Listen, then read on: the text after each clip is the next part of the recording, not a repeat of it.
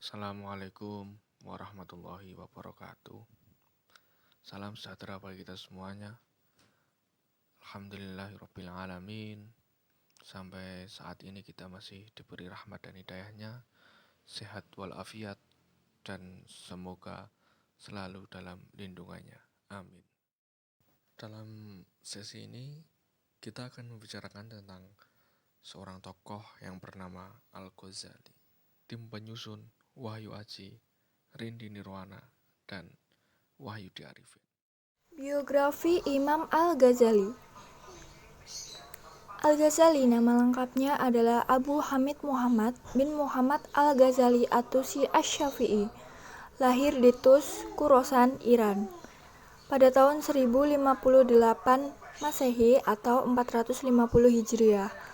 Meninggal di Tus pada tahun 1111 Masehi atau 14 Jumadil Akhir 505 Hijriah pada umur 52 sampai 53 tahun. Beliau adalah seorang filsuf dan teolog muslim Persia yang dikenal sebagai Al-Ghazal di dunia barat abad pertengahan. Ia berkunyah Abu Hamid karena salah seorang anaknya bernama Hamid.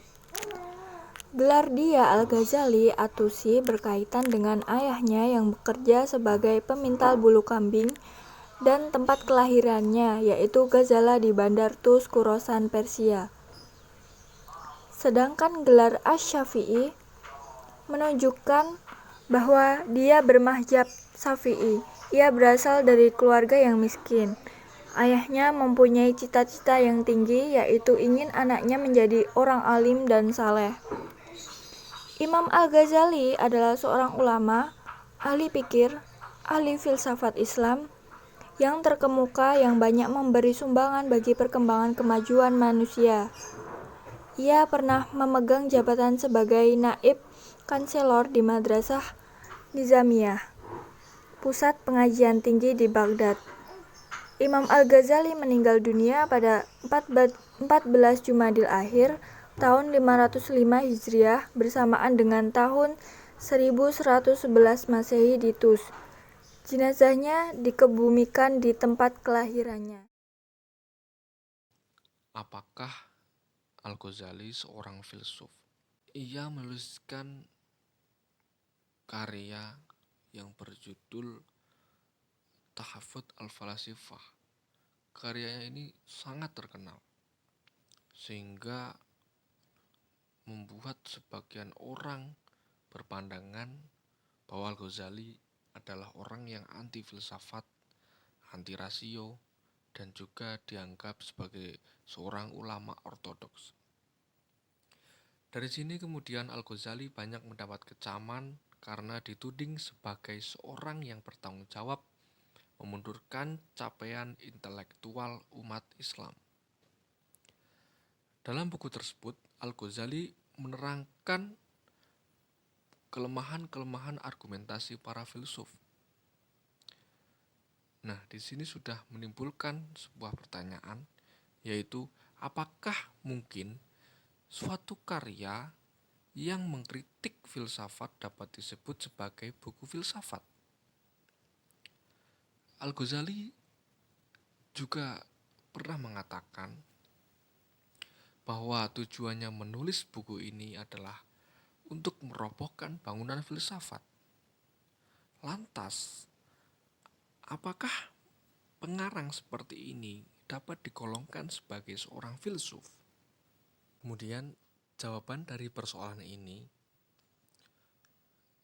apabila filsafat diartikan sebagai aliran pemikiran Ibnu Sina dan Al-Farabi, serta beberapa pemikiran sealiran yang berbicara masalah-masalah ketuhanan, metafisika, jiwa manusia, tanpa melihat proses deduksi dan metode yang digunakan, maka bisa dikatakan bahwa Al-Ghazali bukanlah seorang filosof dan buku karyanya tersebut bukanlah buku filsafat karena berisi hantaman terhadap pemikiran kedua tokoh filsafat tersebut.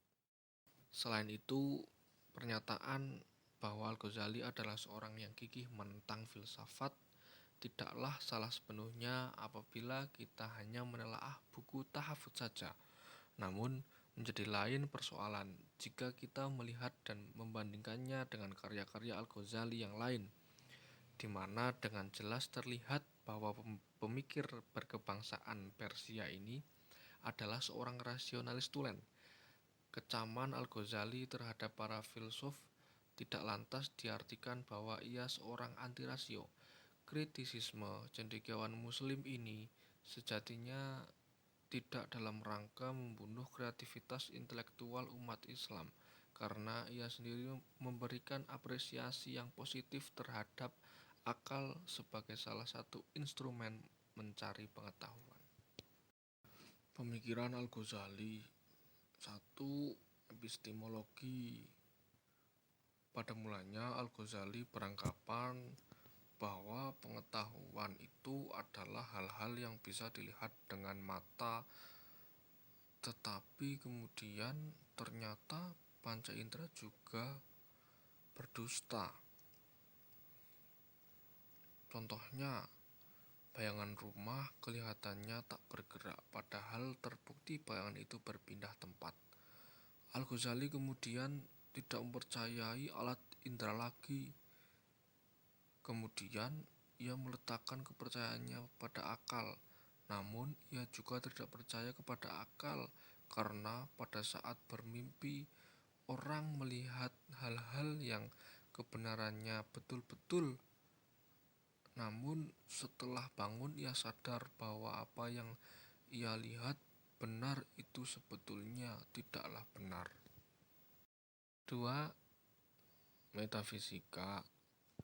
Bahwa ada pemikiran tentang filsafat metafisika yang menurut Al-Ghazali sangat berlawanan dengan Islam, dan karenanya para filsuf dinyatakan kafir.